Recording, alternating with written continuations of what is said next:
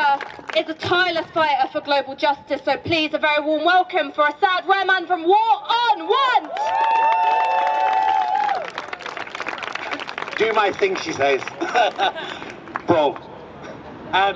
Thank you very much, and solidarity greetings from War on Want. And I think after yesterday, the world just feels very, very different, right? It feels very, very different after the demands and that voice and the movement that was built yesterday, that united workers and young people with radical demands and a vision. And you know, we all know, I mean, the fact that we all stood here, we all know the reality of the climate emergency. In fact, it's been a very, very long time since anybody needed to be a climate scientist to know what was happening out there in every corner of the world. You know, the killer floods, the droughts, the famines, these are all happening at just 1 degree warming of the planet. But behind that, of course, is the reality of what that means for people. I'm also from Pakistan. In Pakistan, we have had heat waves of 53.5 degrees centigrade. In Death Valley, the temperature is 54 degrees. The reason why it's called Death Valley is because that is the upper limit of what a human being can tolerate out in the open. And in Pakistan, 4 out of 10 people face multiple dimensional poverty, where one pushes people who are barely surviving into not surviving at all. You've seen the pictures, of course, of Mozambique, the 2 cyclones that hit there. But did you know that 1 million people are still on the brink of starvation? Not because of that storm. It's because we, our government, our companies, our corporations, gutted Mozambique through structural adjustment programs. We left them unable to provide the very basic services to provide and save their people. Mozambique, when the cyclones hit, had to come here to the City of London. They came to the UK to beg for new loans, and we gave them new debt-creating loans. We create the problem, and then we make the poorest people in the poorest countries in the world pay for trying to deal with the impacts. And the story is the same. In every single corner of the world, you see that. Because climate change has never, ever been an issue about in the environment. It's always been an issue about the political economy. And it's always been an issue that fans the flames of every other existing inequality in the world. From hunger, poverty and starvation. So when we are trying to deal with the climate change and the climate crisis, we're not trying to simply deal with carbon in the atmosphere.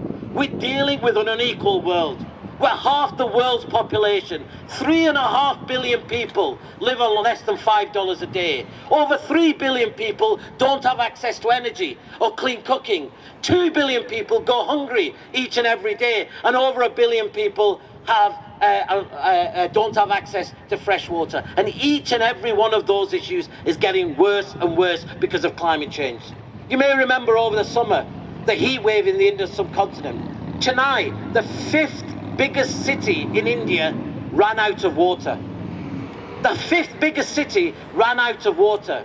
And it's now predicted that 40% of the 1.3 billion people in India will be without water in the coming decades. That's the reality of the climate crisis.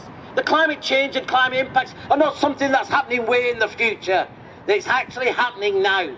And for too long, people have talked about climate change as if it's all about, oh, don't use straws, change your plastic bags. Well, all about your individual shopping habits. Because they wanted people not to talk about the fact that it's actually a systemic issue.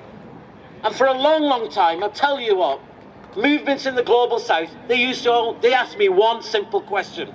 They used to say, you know, we're the ones resisting, we're the ones dying, our coffins are piling up. Where is the movement in the UK? Why aren't they listening to us? Can't they see us? Don't they understand our demands? Don't they know it's British companies, the British government, the City of London, the British banks that are financing our exploitation and death for us?